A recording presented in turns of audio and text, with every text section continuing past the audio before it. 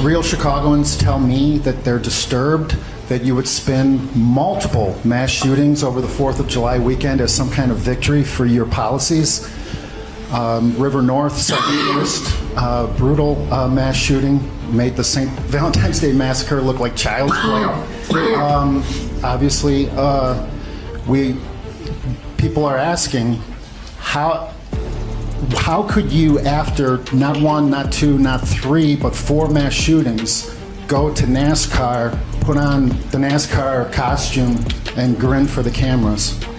Ballen Morales and Jefferson Ubia Delgado, both charged with murder and robbery. Multiple sources tell ABC7 that both suspects are migrants and that they met the victim on a social media app. That victim, a 63-year-old George Levin, was found tied up in the basement of a home near Talcott and Olympia on Sunday. Our I-team has been digging into the background of these men charged and found that Ballen Morales had just been arrested earlier this month. Court records show he was charged with a simple assault after attempting to lure a 13-year-old girl to his car. He has yet to enter a plea to that charge. Both suspects will make their first court appearance for the murder charge tomorrow. A homicide. Take a listen to what police heard when they arrived on scene. Crime scene, 1 victim in the basement unit. His arms tied with a duct tape, legs with a extension cord.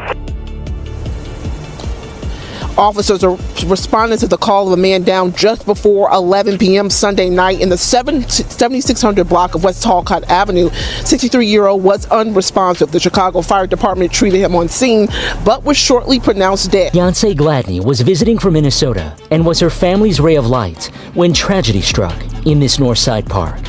When she fell, I thought she just tripped. I was like, Beyonce, come on, we gotta go. She wasn't getting up. What's up, ladies and gentlemen? The one and only James Williams, Dart Waters, and I'm back. And we're back to start talking about spirit cities and how they affect the world and how they're affecting the United States of America, the U.S. of A. Quite frankly, I'm not worried about any other nations. Let them deal with their own foolishness. I'm here to talk about this nation, the one I reside in, the one that I'm a citizen of, and then the kingdom that I'm a citizen of. And with that being said, I want you to check your status. I need you to pull out your spiritual visa. And I need you to look and see if you are a citizen of Sodom or Gomorrah or Hebron or Bashan or Moab or Babylon or Nineveh. Now, I'm going to tell y'all a secret. You see all the people that like strange, weird stuff, and it's their religion, Bigfoot, UFOs, cryptids. They are citizens of Moab. Yeah. And you got to understand, if you ever been to Moab, where they are cruel, they're arrogant, they are occultists, and they study things that have beast-like natures. And I mean, that's just what it is. When you're in that, if you're a citizen of Moab, that's what you like. You love UFOs, you love Bigfoots, you love cryptids. I mean, it's not that you're entertained by it. It's that, no, it's a religion to you. People get offended when you say something. Oh, the Bigfoots, Bigfoot changed my life. Bigfoot saved me. I'm telling you, there's interviews I've done with men where they say, man, Bigfoot saved me. I said, oh, boy, you going to die. Oh, you going to burn in hell. Boy, you going to burn in hell. Talking about Bigfoot saved you? You lost your damn mind. Anyway, we ain't talking about that. We're talking about the city of Sodom and Gomorrah. Really, and it's, those were twin cities, neighboring cities. And when you look at Democrat-run areas, you'll notice that they have these Sodom and Gomorrah trends. Now, everybody associates Sodom and Gomorrah with the sexual perversion, and there was sexual perversion, but there was also sexual immorality. Those are two different things. But then there's the other traits of Sodom and Gomorrah that we really need to be concerned about. Rejection of authority, violence and bloodshed, pride and arrogance. And I want you to understand, when you see these things happening in the news, I want you to understand, when I say God is judging places, you see the judgments. So Sodom, judged by fire. Gomorrah, marked for destruction. Now, marked for destruction means it's going to be destroyed in one way, shape, or form. They both got hit with fire and turned into ashes. And they told Lot's wife not to look back at it, and she looked back and she turned into a statue of ash or whatever the hell she turned into. One part of that story that people don't understand is there was somebody that could look back, and his name was Abraham. Yeah. Abraham looked back, and he ain't turned into nothing. But we'll go down that road later on. And when we talk about Democrat-run cities, this is what they are. It's a mixture of all of these, but I'm focusing on what was done intentionally to usher in Sodom and Gomorrah and to usher in the violence of it. Remember the defund the police movement? Hold on. This is what the Democrats were saying. Let's go back and listen to them Democrats. And the reason why I bring you to this is because I want you to understand that these people is wicked. And they doing it to your own purpose. They bringing curses down upon these cities on purpose. But watch what they got to say.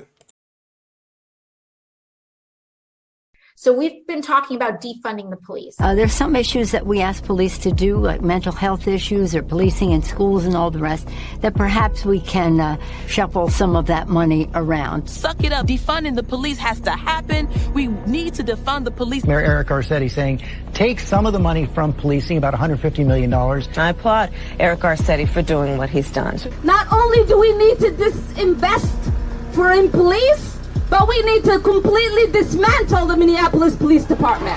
So yes, defund your butts. Defund you. Yes, I support the reallocation of resources from NYPD. We will be moving funding from the NYPD to youth initiatives and social services. They are talking about reducing the allocation of resources to that department. And I think every single city in this country ought to be thinking about the same thing. Yes, I support the defund movement. I'm for responsible reallocation of resources. And defund the police. I think you do all those other things, you don't need all the money that's going in the police department. So yeah, I mean, the spirit of it, I do support that. Yeah, and a lot of us were asked if we could imagine a future without police back in 2017 when we were running for office. And I answered yes to that question. We are going to reduce funding in the police department and redirect that money. There's no reason the police budget should just keep growing and growing and growing. They can make sensible cuts to policing. We propose to redirect over $7 million from the police bureau. That our city, through our city administrative officer, identified $250 million in cuts. Rashida Tlaib tweeting, no more policing, incarceration, and militarization. It can't be reformed. When they're saying defund the police, what are they saying? They're saying we want fundamental, basic change when it comes to policing. And they're right. We are reallocating funds. The police department here in Minneapolis needs to be dismantled, and we need to start anew. In some necessary cases, completely dismantling those police forces. Police departments are taking a sizable amount of the budget of a lot of municipalities and other entities. We need to look at those budgets, pull some of the money back, and invest it in other things. We are committed to shifting resources. Our calls to defund the police have been met with resistance. To stop investing so much money in this militarized police force and instead invest in the things that our community really needs. Yes, I support a radical reimagining of community safety and public safety. I do believe that we need to reallocate resources away. And will this involve cuts? Yes, of course, to every department, including the police department. Now, there's a reason why I wanted you to see that, but I'm not going to subject you to these damn wicked ass people for too long because they pissing me off. You see, to establish Sodom and Gomorrah, to bring in violence and blood guilt, let me go back to the map so you understand what I'm talking about. There's some things that have to be done. Whoa. I'm about to say, Satan better get away from me. What kind of demonic shit is going on with that? All right, let me try this.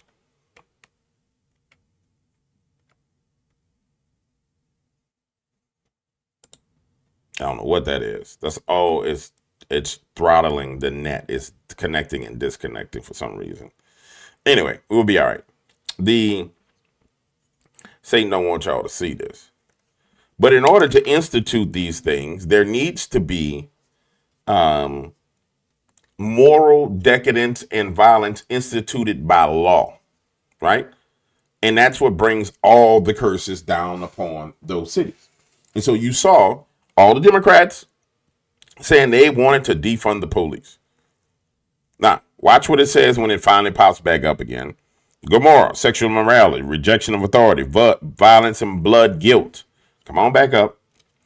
Pride and arrogance marked for destruction.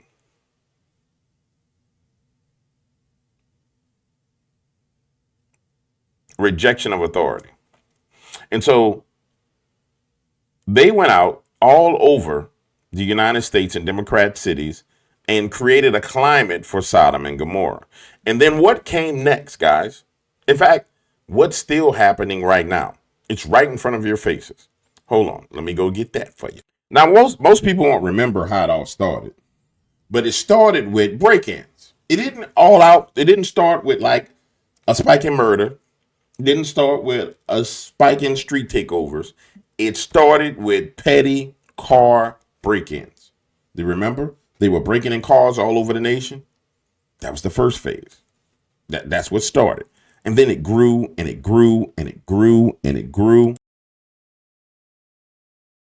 Some eye-opening new numbers about San Francisco's car break-in epidemic. It's a problem that's gotten so bad. Listen to what tourists are being told. We're visiting from Tampa, Florida, and we were told it would be best not to rent a car because of there was a lot of break-ins. Like if they see a purse, something small, anything, they will break the window and grab it and go. Well, that tourist took the advice. Others are not so lucky, as we've seen over and over again. KPIX5's Betty Yu is along the Embarcadero this evening in the hot zone for break-ins. Betty? Liz, tonight I spoke with business owners in nearby Fisherman's Wharf, and they told me they can count on seeing car break-ins during the day, almost every day on the job. And tonight they want to know from the city what exactly is happening. Witnesses caught this smash and grab involving a black Mercedes near Pier 39 in late October. The victim, who was visiting from Miami, told me he and his friend lost $8,000 worth of photography and hiking gear. More than a week later, two burglars in a black Mercedes are seen in Fisherman's Wharf, pulling off a smash and grab. The victim told me her family stopped to ride the cable car. A worker is seen watching the crime in progress. I'm so glad that we were advised not to, warned about that. This couple from Tampa is relying on walking and ride shares. The hotel manager had talked to us and asked us, where we're from and do we have a rental vehicle? And when we answered some of those questions, said no. He said, okay, that's good, and explained that there's a lot of thievery, especially with car break-ins in the area. Tampa Bay is seen its fair share, but it's not like this, no. Why do you think that is?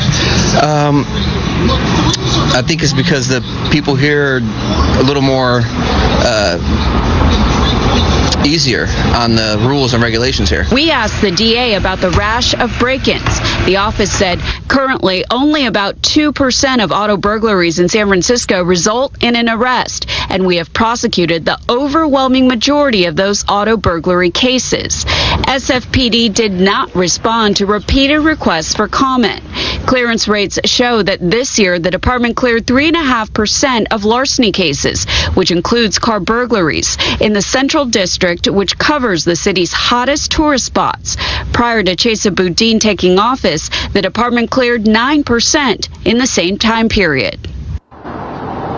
And we should note that today we learned that the DA Chesa Boudin will face a recall election in June of 2022. Liz? Yeah, it's just gotten crazy out there. Betty, has the city taken any other actions of its own?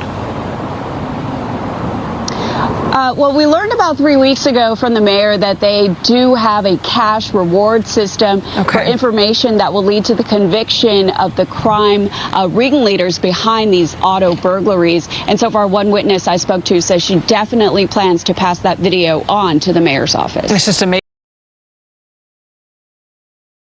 All right, I'm just walking down the road of how these spirit cities are built and how they're erected. And so now we have petty crime. Remember, it was really, it really is larceny, but still, they were stealing cars, stealing vehicles, stealing things out of vehicles. And then they graduate. And for people who will be like, oh, why are you showing black people? If black people weren't doing a damn crime, black people wouldn't be on my screen. I want to be clear with you. It ain't racist to show a Negro stealing something. It's truth. That's the problem with the black community. You don't want to accept the truth that these little YNs is running around murdering, stealing, and killing, and you won't blame it all on the white man. The white man ain't make them go and break in them cars. They should have been arrested. And in California, you know, they getting away with it. So they're going to do whatever the hell they want to do. Actually, everywhere, if you shoot one of them, they'll try and put you in prison. You can't, because you can't shoot someone to defend your vehicle. So basically, because the rules have been bent, you got to sit there and watch them steal something from you. Now, I personally believe you don't shoot them, you shoot them in the lower extremities, below the knee, and then be done with it. You know what I'm saying? I ain't got to shoot you in your face. Let me shoot you in your knee. Let me shoot you in your shin. Let me shoot you in your calf. You dig? But nonetheless, now we go from that to this. Then we go to race-specific crime. Car break-ins. Then we go, and I just want you to see how this city, this spirit city, is being built up. And this is exactly what it went to. It went from vehicle break-ins to race-specific crimes attacking Asians. And then they were saying, oh, it's white people that attack Asians. And then it went to attacking white people. While simultaneously was making this turn where it went race specific, the black on black crime and murder skyrocketed out of control all over the nation. But here we go. Crime wave targeting Asian Americans has escalated with 2 new brutal attacks in New York. The NYPD has disturbing video of the assaults, which they are now investigating as hate crimes. As CBS 4's Nancy Chen reports, these latest attacks are part of an alarming trend since the start of the pandemic. Surveillance video captures the scene in broad daylight. A 65-year-old Asian woman walking in Midtown Manhattan before a man suddenly kicks her to the ground. He then repeatedly stomps her, striking her multiple times to the head before casually walking away. A nearby security guard inside the building appears to do nothing while the brutal attack occurred. The staff who witnessed the attack have been suspended pending an investigation, according to the management company. Police say the attacker made anti-Asian statements towards the woman. Our New York station WCBS reported the man shouted, "You don't belong here," before running away. The woman is hospitalized with serious injuries, and police are still looking for the suspect. The New York Police Department's hate crime unit is also investigating this attack on a man police believe is Asian. Social media video shows the man being pummeled on the subway before being placed in a chokehold by his attacker and left unconscious. Police are still trying to track down the suspect and the victim. Nationally, more than 3,500 hate incidents towards Asian Americans have been recorded since the start of the pandemic. That's according to one advocacy group. It's really terrible how every single day there seems to be another incident. Dozens gathered in New York City Monday night for a candlelight vigil honoring the victims in the Atlanta area spa shootings, where 6 Asian women were killed, and showing solidarity for all victims of hate. Now, I want you to understand, when the world shut down, when darkness took over, is when these spirit cities were being established. And they knew it. They knew it. And the reason why I'm telling you this is because I need you to truly understand, if they do another lockdown, the cities that come in next are 1,000 times worse than this. But if you can't identify Spirit City as it's being erected brick by brick, brick by brick by brick by brick, one by one by one by one, you don't know what's going on. Watch this. Now, let's go to what happened next. We get a skyrocketing soar in homicides and murders. And just so you know where we go next, we get that skyrocket in homicides and murders. Then we get police leaving. Now, I want to make a point. You see how the Asian woman was getting hit in the head? This is a part of being in that spirit city. And there were security guards inside the building. Remember, the guy walked up and just closed the door and didn't go do anything to help?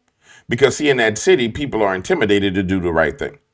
And so that man says, okay, if I go out here and we go jump this black dude who hit this Asian girl, on the news, they're going to turn around and they're going to turn him into a George Floyd, and we're going to be drugged through the news. And now if I help somebody, it's going to be a problem. It's the same thing that happened to the young man who choked the black dude out on the train, even though the black dude on the train was acting a damn fool, harassing, hurting, and beating people. You see, that's what happens when you're in Sodom and Gomorrah. The system itself reinforces the messed up rules. The system itself defends the violence. That's why once it was fully established and the whole city was set in place, that's why you saw it got to the point to where now they're defending illegals. And just, I kind of jumped ahead, but I mean, what's the point in waiting to tell you? Once those cities are in place, now all criminals are protected because that's the way of Sodom and Gomorrah. So when you're sitting there, if you're listening to this video and you're sitting there saying, well, you know, the white man did this to the black people and that's why we got to deal with the white man. Your ass is a Sodomite and a Gomorrite. And I ain't talking about Sodomite. I mean, like, you live in that city. You live in a city that promotes violence. You good with people being violent. You good with blood guilt. So much about Sodom and Gomorrah is always attributed directly just to sexual perversion. Like, oh, you know, they were sexually perverted. And when you even talk about it, the number one thing that made the city get smited wasn't just the sexual perversion of violence. It was because they were going after strange flesh. They started going after the flesh of angels. They wanted to sleep with angels, man. They wanted to poke the angels.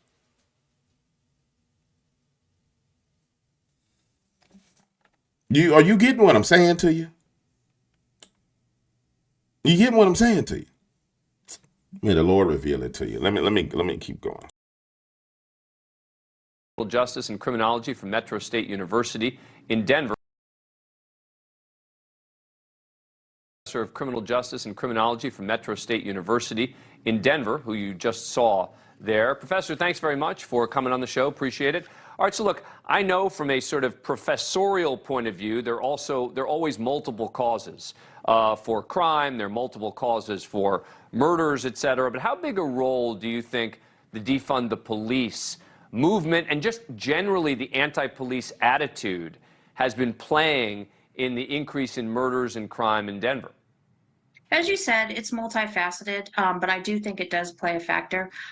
One of the things, as we know, is that there's less police officers on the streets. We don't have as many people going into law enforcement. We also have a lot of officers retiring, good officers retiring just because of the climate right now. Does it feel more dangerous to you? I know New York City feels more dangerous to me on a regular basis than in recent memory. Does Denver feel more dangerous? Because I remember my days in Denver, and it just felt like the safest city in the world. And this is 20 years ago, but you know, it just felt like a sort of place where, you know, there was not that much crime. And now I'm looking at these numbers, and I wonder if it feels dangerous to you there. I do live in Denver, and it does feel a little bit more dangerous. I'm very familiar with crime. I've always lived in a big city. But even in my neighborhood, we had a shooting and I live, you know, in the city of Denver. We had a shooting at a Bass Pro Shop in the parking lot at 11 in the morning. So there is some concern from citizens. And as you showed earlier, people are being hit by random bullets. So I think there is concern, not only from me, but the citizens and the police officers. You know, one of the solutions that seems so obvious to me is obviously trying to hire more officers. The problem, of course, as you point out, is that it's harder to get new officers. Recruiting has been really difficult across the country. Now, I'm going to interject right here and say this. You see, the Defund the Police movement supported by white liberals, they never once thought for a second that the crime would get to their neighborhoods. That's why you had all these white liberals running around, defund the police, defund the police. You see, because there was this imaginary line, and you learn this growing up in New Orleans. There's these imaginary lines where people know not to do crime because of the police response time. It's not because white people live there. It's because the police response time is so fast in those areas. So when you don't have as many police, and you don't have a police response time, those areas, those people become easy lunch. Criminals do most crimes doing shift change. I mean, if you want to murder somebody, you murder them doing shift change. If you want to rob somebody, you rob them doing shift change. That's when one set of police come in, another set of police come in. This guy's preparing to go home. This guy's getting ready to go in. If you know anything about crime, you find the shift change times. How do you find the shift change times? You get somebody on the inside. Hey, man, we pay you some money. What time y'all going to do this shift change? All right, that shift change coming at 9 o'clock. Hey, watch, find homeboy. Where you at? Nah, we hitting them at 9. Yeah, we hitting them at 9. Be at 8:45. We hitting them at 9. Shift change. Oh, it's taking them 30, 40 minutes to get to the crime scene. I mean, yeah, they done murdered somebody, went on about their business. You heard me? So when you defund the police, full on by law, endorse Sodom and Gomorrah, now police say, oh, hell no, I'm not taking this job.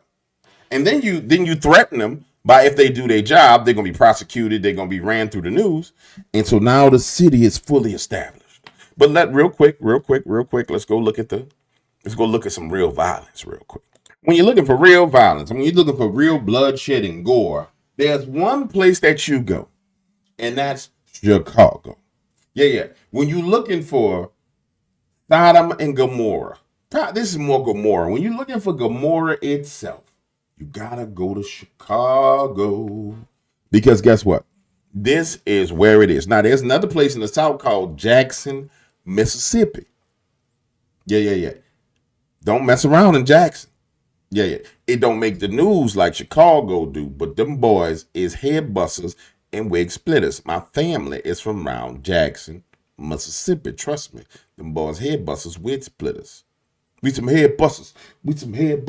Let me stop. Let me get to it. Here we go.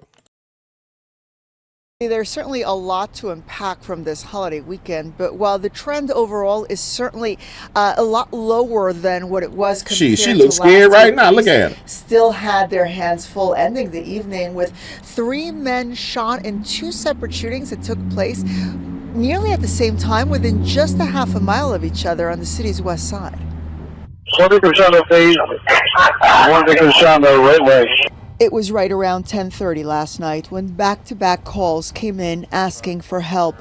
One coming from the 5200 block of West Ferdinand reported 2 men shot in an alleyway. Another from the 100 block of North Laurel, just up the street, saw a 3rd man shot in the leg. We do not know if this is related to the other shooting.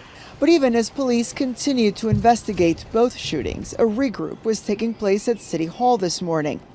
One that included the mayor, the police superintendent, and Gary and Gatewood, the deputy mayor for community safety. The levels of violence we saw around the city was obviously frustrating, not just from this weekend, but if you go back a few days before that. According to CPD, 55 people were shot between midnight on Thursday, July 3rd, to 11:59 p.m. on Sunday, July the 7th.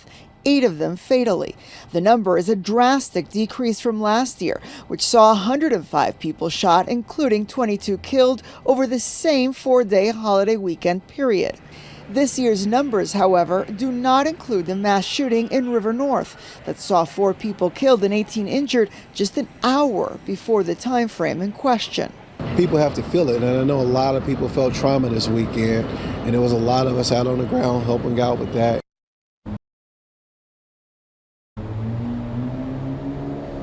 Now, Gatewood did not elaborate on CPD's continued. She looked so crazy in the face. She confused me for a second. Now, so let's be clear. And I'm going to say this, and if you don't like it, you can kiss my hiney. You see, you notice all these Sodom and Gomorrah cities is pretty much ran by Negroes. So when you start talking about Sodomites and Gomorrites, they tend to be Negroes. Yeah. Now, let's just go to the next thing about these spirit cities. And see, this is where we at right now. Fast forward, we hit all the violence. Remember, sexual perversion and sexual immorality. Hold on, let me go back to the map. Show me the map. This is it. Quit it, damn it. Sexual perversion, sexual immorality. All right. All right, we remember those two things: sexual perversion and sexual immorality. Now, let's go back into the news and let's see where the perversion truly is. Now, everybody think the perversion is the LGBTQ. That's been around for a long time. Have they got worse? Yeah, they wildin'. But no. That's been here. Did it have an uptick in it? Yes. Yeah, absolutely. Did they spaz out? Absolutely. But that ain't that's a problem, but that ain't the main problem. No, sir. That is not the main problem, sir. Let me give you the main problem. Here it is. Now, before I click the video that I'm going to click, I just want to scroll through this so you'll get an idea. ICE arrests illegal migrant accused of murder and child what? ICE arrests Guatemalan national convicted of child what? ICE arrests illegal alien accused of child what in Massachusetts? ICE arrests one with a history, accused blank on hold in ICE. Breaking, child assault suspect among those in ICE raids. Another one, man wanted by ICE arrested in Ogden on child such and such charges. You see, this was the last phase. And I want you to understand, people think that the weather, and there was an earthquake in New York City today, right? You think the weather, you think the storms, you think all that stuff is due to, hold on. If you think all that stuff is just due to HAARP, then you don't know God, the God of the universe. I'm sorry. You don't know his wrath and you don't understand his anger. He is pissed off to the highest point of festivity when you start doing things to little children.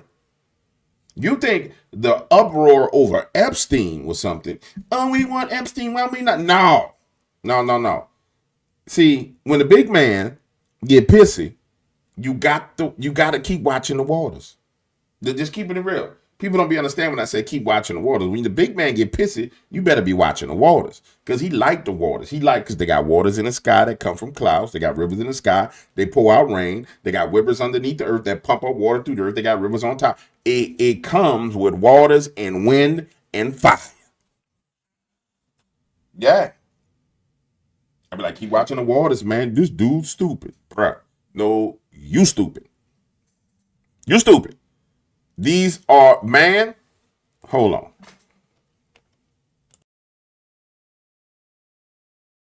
This story I mentioned a moment ago, sanctuary cities in the Commonwealth of Massachusetts are not deterring ICE. That's the message we got from a Fox exclusive yesterday. Federal immigration agents arresting migrants in the greater Boston area, wanted for some of the most heinous crimes.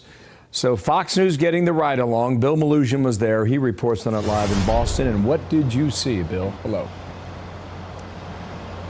Hey, Bill, good morning to you. Nowhere else in the country is the battle between the locals and feds more heated when it comes to sanctuary policy than right here in Massachusetts. Tom Homan has promised he will surge ICE resources to these sanctuary areas, and that's exactly what he's done here in the greater Boston area. We joined one of more than a dozen ICE teams deployed all across the state yesterday as they arrested a murderer, multiple child rapists, and a fentanyl trafficker, all of whom had been roaming freely on Massachusetts streets. You want to huddle up for 1 second, please? It's dawn in Massachusetts, where Fox News was given exclusive access to ICE's elite Boston team. All of our targets today are extremely violent, so please use extreme caution. Good luck out there and be safe. ICE quickly moves on its first target and arrests him. He's a Salvadoran illegal alien on El Salvador's most wanted list, with an Interpol red notice out for his arrest for aggravated murder, aggravated kidnapping, and robbery. Let's just wait right here. This car is going to pick you up, all right? ICE then arrested this Salvadoran illegal alien, who was previously convicted of child rape. He was deported in 2017 after he went to prison and illegally re-entered the U.S. He was found living right next to this children's playground. I think I made my point. So the next time somebody come up to you, I can't believe you don't support the illegals. And everyone has a right to be free. This nation belonged to the immigrants before they would belong to the Americans. And, you know, Donald Trump is a dictator and a fascist. You say, you know what you say? You are a citizen of Sodom and Gomorrah. And you tell them, I want you to understand, Let me go back to the chart so you understand what the punishment is. What's my chart?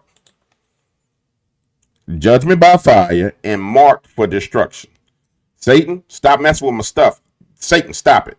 Judged by fire and marked for destruction. Yeah. That's what it is. They end up being judged by fire and marked for destruction. And it's important that we understand this. And I'm going to tell you, you see, marked for destruction is terrifying. Because in God's kingdom, God has mercy and he has grace. But he'll still destroy everything about your life. He'll destroy relationships. And the reason why he destroys things is because he wants you to come into the knowledge of Jesus Christ. So he don't have no problem with destroying your flesh. He don't have no problem. He don't have no problem, dog. Because he don't really care about that. He care about your eternal soul. So you need to tell him, man, I support this. Nah, bro, you need to stop it. Right where you at. Stop being stupid. Stop it. I'm out of here, man.